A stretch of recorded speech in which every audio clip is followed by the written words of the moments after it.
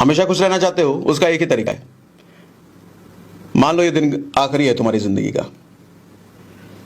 इसके लिए स्टोरी मैंने आज के लाइव में भी सुनाया था, कल भी सुनाया था, लेकिन अभी बहुत सारे लोग नए होंगे, फिर सुना देता हूं। साउथ इंडिया में एक फिल्म डायरेक्टर है। उस फिल्म डायरेक्टर को एक कैरेक्टर पे कहानी बनानी थी। ये वो कैरेक्टर हो जिसको फांसी दी जा रही हो, फांसी के बाद वो मरने वाला हो। वो बेसिकली रियल एक्सपीरियंस चाहता था। वो जानना चाहता था कि फांसी जिसको लग रही होती है उसमें फीलिंग कैसी होती है। तो बाहर से पता चल नहीं सकता भैया, क्योंकि मरने का एक्सपीरियंस एक ऐसा एक्सपीरियंस है जो जिंदगी में दोबारा नहीं हो सकता। मर गए दोबारा एक्सपीरियंस कहां से? तो उसने वहां के जेलर से बात करी। उसने बात करी कि भैया एक कैदी से मुझे मिलना है जिसको फांसी लगने वाली हो, उसका मैं एक्सपीरियंस जानना चाहता हूं क्योंकि फिल्म बनाना है। तो वहां के जेलर रेडी होगा कि ठीक है 2 दिन बाद आ जाओ, एक ऐसा कैदी है जिसको फांसी लगने वाली है, उससे मिला देता हूं मैं। तो डायरेक्टर पहुंचे और जेल के कंपार्टमेंट, वो कैदी के कंपार्टमेंट के बाहर जब उस कैदी को देखा तो डायरेक्टर शॉक हो गया। वो टेंशन में आ गया। वो सोचने लग गया ऐसा कैसे हो सकता भाई, ये तो हो ही नहीं सकता। ऐसा क्या देख लिया उसने देखा वो कैदी खुशी खुशी गाना गा रहा है, हंस रहा है, मुस्कुरा रहा है, अच्छी अच्छी एक्टिविटी कर रहा है, गाना गा रहा है, प्रभु के गुणगान गा रहा है, कभी कुछ गा रहा है, कभी कुछ कर रहा है। मतलब पूरी एक्टिविटी उसकी ऐसी लग रही है कि अभी भी उसकी शादी होने वाली है, इतना खुश वो दिख रहा है। तो डायरेक्टर समझा ये पगला गया है, पागल है ये। अरे मरने के टाइम पे कोई इतना खुश होता है क्या? ये एक्सेप्शनल आदमी है। तो जेलर के पास वापस गया, बोला कि कोई और कैदी है भाई जो मरने वाला हो, फांसी लगने वाला हो, उससे मिलवाओ। तो जेलर बोले मिलवाए तो सही, उसमें क्या दिक्कत है? बोले उसमें दिक्कत ही दिक्कत है, वो तो एक्सेप्शनल केस है। मरने वाला देखो इतना खुश है, वो खुशी खुशी गा रहा है, नाच रहा है, ऐसा थोड़ी होता है। तो जेलर उसकी बात पे मुस्कुराया, बोला दरअसल जितने भी लोगों को फांसी लगने वाली होती है ना, 90% लोग ऐसे ही होते हैं जो मरने से पहले बहुत खुश होते हैं। वो अपनी जिंदगी जीना चाहते हैं, वो अपनी जिंदगी जी रहे होते हैं उस वक्त। तब डायरेक्टर को समझ में आया कि जब जिंदगी आखिरी होती है ना, जब पता चलता है कि हमारे पास अब जिंदगी ज्यादा बची नहीं है, तो कोई भी शोक विलाप दुख नहीं करता। ये ठीक उसी तरीके से है जैसे पिज्जा का आखिरी स्लाइस अगर बचा हो तो खाने में हम बड़ा उसको चाव से खाते हैं, बड़ा एंजॉय करके खाते हैं। लेकिन अगर पता हो कि वो आखिरी स्लाइस के बाद 4 पिज्जा बड़ा बड़ा और बचा हुआ है, तो आप उसको उस कदर एंजॉय नहीं कर पाओगे जिस कदर एंजॉय करते अगर वो आखिरी होता तो। ठीक इसी तरीके से जिंदगी में जब हमें पता चल जाता है अभी 40 साल तो बचा है, अभी 50 साल तो बचा है, फिर हम नौटंकीबाजी शुरू करते हैं, सोचना शुरू करता है अरे बहुत जिंदगी बचा है, क्या काम करेंगे आगे, क्या भविष्य होगा, कहां से पैसा आएगा, गाड़ी भी खरीदना है, घर भी, ये भी, बच्चे का फीस भी देना है, घर भी बनाना है, कहां से होगा ये सब पता नहीं, कैसे होगा, मेरी किस्मत खराब, वो हो बहुत दिक्कत, मेरा प्रोडक्ट नहीं पहुंच रहा है, माल नहीं आ रहा है, कोई ज्वाइन नहीं हो रहा, मैचिंग नहीं हो रही, थाईलैंड कैसे जाएंगे।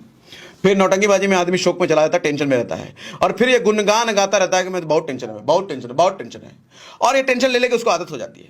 लेकिन उसी क्षण अगर उसको पता चल जाए कि भाई ये आखिरी दिन है तुम्हारा, कल तुम्हारा खेल खत्म, सारा टेंशन हवा हो जाएगा एक मोमेंट में। अरे मरने वाले क्या? फिर अब वो करेगा जो वो करना चाहता है। सिनेमा देखना चाहता है, सिनेमा देखे, कोई काम करना चाहता है, कोई गोल पूरा करना चाहता है, मरने पहले वो बॉडी बनाना चाहता है, पहले बॉडी बनाने लग जाएगा। मरने के पहले अपने आप को कंसिस्टेंट डिसिप्लिन बनाना चाहता है, ये इच्छा है उसकी, तो करने में लग जाएगा। यानी कि आदमी अपना बेस्ट तभी दे पाएगा जब उसको पता है उसके पास ज्यादा समय नहीं है। और इसीलिए हमने वो 45 डेज वाला मिशन भी शुरू किया कि 45 डेज का मतलब ही यही कि हमें पता है कि हमारे पास अब दिन है नहीं, 45 दिन के बाद 46वां 47वां दिन नहीं है मेरे पास, क्योंकि उसके बाद नया साल आ जाएगा, फिर नई जिंदगी हम जिएंगे नए साल में,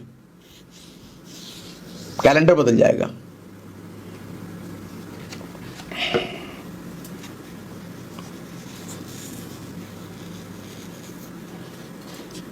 सर जिंदगी सच में सच्चाई तो यही है कि किसी को नहीं पता।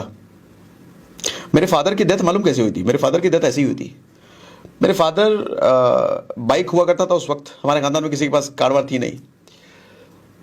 मेरे खानदान का पहला आदमी हूँ जिसके पास कार ले पाया मैं। तो पापा मेरे बाइक से जा रहे थे और हाईवे पर जा रहे थे, जाते जाते बारिश होने लग गई।